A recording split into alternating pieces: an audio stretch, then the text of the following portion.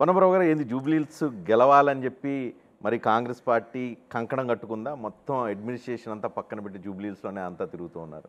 లేదు, అడ్మినిస్ట్రేషనే జనరల్గా ప్రభుత్వంలో ఉన్నాం, బై ఎలక్షన్ గెలవాలి.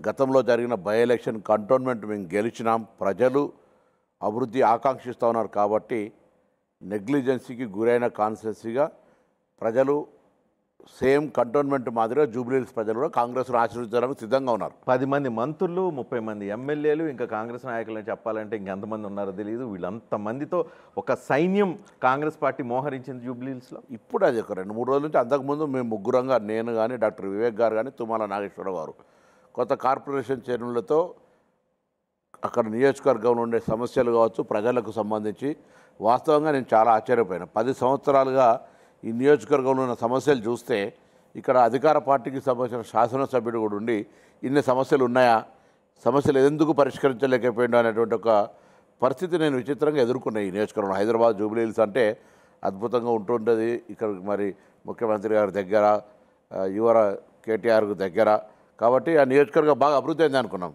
But really I surprised.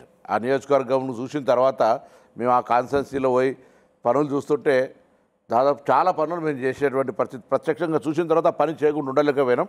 అటువంటి పనులు చాలా చేసినాం. దాంతో పబ్లిక్ వెరీ వెరీ హ్యాపీ, విశ్వాసం కలిగింది. కాంగ్రెస్ ప్రభుత్వంలో జూబ్లీహిల్స్ అన్ని నియోజకవర్గాల కంటే అభివృద్ధి చెందుతుంది. మీరు చేసిన పనులకే, ఈ చేసిన 2 నెలల కాలంలో చేసిన పనులకే మీరు గెలిచిపోతారా? 2 నెలలు కాదు, 2 సంవత్సరాలుగా కూడా ప్రజలకు not only Hyderabad by election కొరకు మేము చేసేది కాదు, రాష్ట్రం మొత్తం మీద అర్హత కలిగిన ప్రతి ఒక్కరికి రేషన్ కార్డు ఇస్తా ఉన్నాం. ఇది నిరంతర ప్రక్రియ, ఉప ఎన్నికల కొరకు చేసేది కాదు. ప్లస్ ఈ దేశంలో ఉన్న ఏ రాష్ట్రంలో లేని విధంగా సన్న బియ్యం అవి ఉపయోగించుకోకపోతున్నారు గతంలో, ఇప్పుడు సన్న బియ్యాన్ని తింటా ఉన్నారు. ప్లస్ 200 యూనిట్స్ అనేటువంటిది చాలా స్లమ్స్లో చాలా ఎఫెక్టివ్గా consume, public happy. Plus women free bus అనేటువంటిది కూడా ఇట్స్ డెఫినెట్లీ ప్రజలకు అనేక రకాలుగా కొంత సేవ్ అవుతుంది కాబట్టి వాళ్ళు దే ఆర్ హ్యాపీ.